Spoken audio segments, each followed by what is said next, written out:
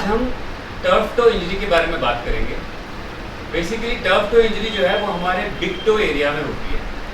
पहले मैं आपको बताता हूँ ये बिग टो एरिया कौन सा है। इस एरिया में हमारे 3 बोन होती हैं। ये फर्स्ट बोन, यहाँ से यहाँ तक सेकेंड, और यहाँ से पीछे हमारा थर्ड बोन। ये जो एरिया है, ये जो एरिया जहाँ पे हमारे नीचे काफ़ी मोटा टिश्यू भी होता है, इसको हमारा बिग टो एरिया बोलते हैं।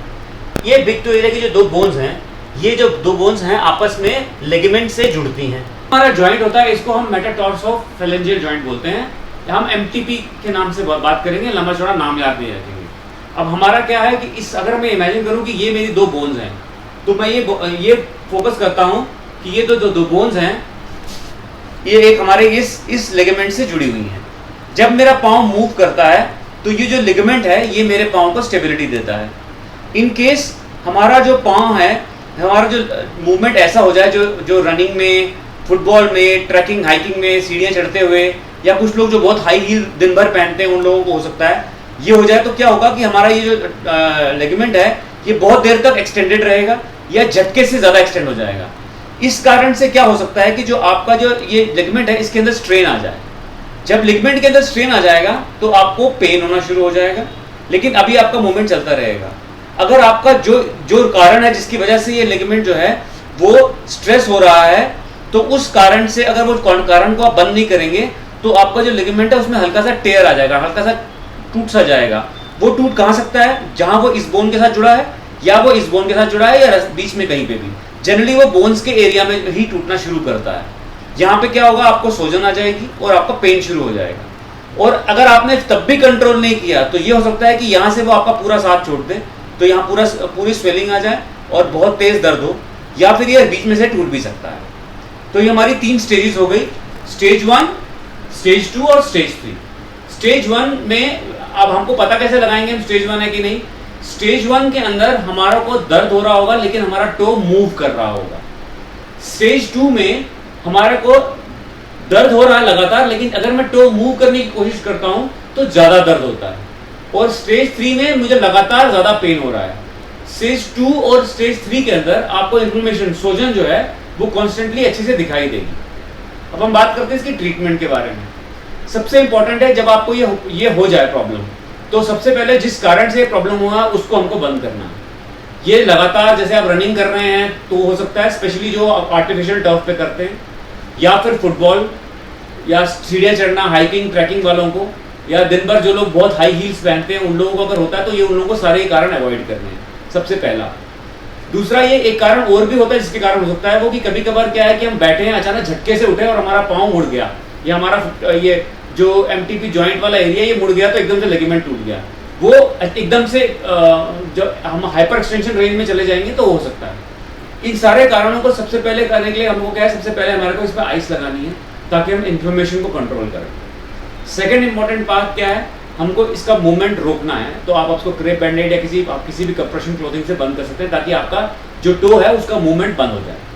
और थर्ड एंड इंपॉर्टेंट, आप अपने डॉक्टर की सलाह लेते हुए कोई भी non steroid anti inflammatory medicine ले सकते हो आप, या आप 2-3 दिन तक लो ताकि आपका जो पेन है वो रिलीफ हो जाए। जनरली क्या होगा आपका कि अगर आप स्टेज 3 में चले गए हैं तो आपको कम से कम 2 से 3 महीने लगेंगे रिकवर होने में। आप स्टेज 3 में हैं, आपको पेन बहुत ज़्यादा हो रहा है, इन्फ्लेमेशन हो गई है, वो आहिस्ता आहिस्ता ठीक होते हुए पहले स्टेज 2 में आएगा। स्टेज 2 में आपको क्या होगा कि आपको मूवमेंट हो रही है लेकिन फिर भी आपका पेन हो रहा है। आप इसको कॉन्स्टेंटली आप इसको मेडिसिन लेंगे, कंप्रेशन में रखेंगे, आइस लगाते रहेंगे, तो फिर वो स्टेज 1 में आएगा। स्टेज 1 में आने के बाद आपका ये over a period of week to 10 days में ठीक हो जाएगा। जब ये आपका ठीक हो जाता है तो आपको इमीडिएटली सारी एक्टिविटीज स्टार्ट नहीं करनी है। हमें कुछ एक्सरसाइजेज हैं जो हमें इसके लिए करनी है।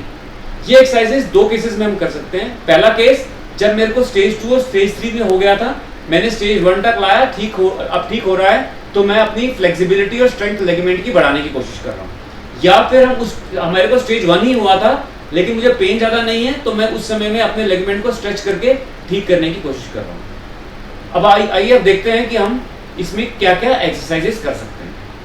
ओके, पहली एक्सरसाइज में मैं कोई भी चीज़ यूज़ करके अपने पाँव को ऊपर रख लूँगा। अब जो मेरा ये जो एक्सटेंशन वाला एरिया है, मैं इसको ऊपर रखते हुए अपने पाँव को दूर ले जाऊंगा और इसको पास लाने की कोशिश करूंगा। फिर मैं पाँव पास ला के इसको दूर ले जाने की कोशिश करूँगा। ये मेरा पहली एक्सरसाइज हो गई। सेकेंड एक्सरसाइज होगी हमारी कि हमको ना ये अपने टो को इस्तेमाल करते हुए ये टॉवल को इकट्ठा करना है। थर्ड एक्सरसाइज होगी, हम लोग ये एक टॉवल को लेंगे और हम अपने हाथ से इसको ऊपर की तरफ स्ट्रेच करेंगे। उस पॉइंट तक स्ट्रेच करना है जहां तक पेन नहीं हो रहा है। अगर हल्का सा पेन हो रहा हो तो आप उसके ऊपर स्ट्रेच नहीं करेंगे। इसको ऐसे इस पोजीशन में 30 सेकंड तक होल्ड करें और 30 सेकंड तक होल्ड करने के बाद इसको रिलीव कर दें। कोई भी एक स्ट्रेच बैंड ले लें। अगर स्ट्रेच बैंड नहीं है तो नॉर्मल सा कपड़ा भी ले सकते हो आप। इसको आप अपने ये पाँव के अंगूठे में फंसा लें और अब मैं इसकी हेल्प से ऊपर की तरफ खींचूंगा। अपना पाँव का टो जो है उससे प्रेशर नीचे की तरफ लगाऊंगा। आप देखें कि मैं इसको ऊपर की तरफ खींच रहा हूँ और पाँव के प्रेशर से नीचे की तरफ लगा रहा हूँ। ये आप 10 से 15 बार करें। ये एक बार करके इसको 10 सेकंड 15 सेकंड के लिए होल्ड करें, फिर रिलीव और इसको रिपीट करें। एक बॉल लें और बॉल लेकर आप अपने जो ये सॉफ्ट टिश्यू वाला एरिया है इसको बॉल के सेंटर में रखते हुए आप अपने टो को इसके आगे बेंड कर लें और अब आप बॉल को इस पे अपने पाँव को इसके ऊपर रोटेट करें। रोटेट करते समय आप जब वो पीछे लाएंगे तो टो सीधा हो रहा है और जब आगे लाएंगे तो बॉल से चिपक के मैं आगे ले जा रहा हूँ। आहिस्ता आहिस्ता आप इस पे अपना बॉडी वेट बढ़ा सकते हैं ताकि आपका जो टिश्यू है उसके ऊपर जो प्रेशर है वो थोड़ा ज़्यादा पड़े, ताकि आपकी जो स्ट्रेंथ है यहाँ पे वो बढ़ती जाए। ये इस एक्सरसाइज में हम अपने जो आर्च का एरिया है, जो फ्लैट फुट है, उनका पाँव नीचे से स्ट्रेच हो रहा होगा। आपको क्या करना है, अपने पाँव का इस एरिया की तरफ अपना प्रेशर लगाकर इसको आर्च को ऊपर उठाना है। आप देखो ये आर्च मैंने बढ़ा दिया पाँव को हल्का सा टेढ़ा करके और इसको टो को आगे अंदर की तरफ स्ट्रेच करके और फिर मैं सीधा करूँगा। फिर ये ऐसे मुझे अपनी तरफ बढ़ाना है। तो जैसे कि मैंने बताया आपको कि टर्फ टो आपको जनरली रनिंग से, स्पेशली जो स्प्रिंटर्स होते हैं उनको, जो आगे टो रनिंग करते हैं उन लोगों को, या फुटबॉलर्स को, और जो सीढ़ियाँ हाइकिंग ट्रैकिंग करते हैं, वो जो हाई हील्स दिन भर पहन के रखते हैं, उन सब लोगों इन लोगों को हो सकता है। मैंने आपको स्टेजेस समझा दिए कि स्टेज 1, स्टेज 2, स्टेज 3 कैसे उसको डायग्नोज करना है, इमीडिएट ट्रीटमेंट क्या है और आपको कौन सी एक्सरसाइज करनी है। अगर आपको कोई प्रॉब्लम नहीं है लेकिन आपको ये लगता है कि आप हाई हील्स पहनते हैं या वेरी ऑफन ट्रैकिंग पे जाते हैं या स्प्रिंटर हैं, तो आपको ये एक्सरसाइज शुरू कर देनी चाहिए ताकि आपका जो एमटीपी लिगामेंट है और जो जॉइंट है उसके अंदर स्ट्रेंथ और फ्लेक्सिबिलिटी आ जाए। मुझे उम्मीद है आपको सब कुछ समझ में आया होगा। अगर आपके कोई भी सवाल है तो आप पूछें, मैं आपको जवाब देने की कोशिश करूँगा। Thank you.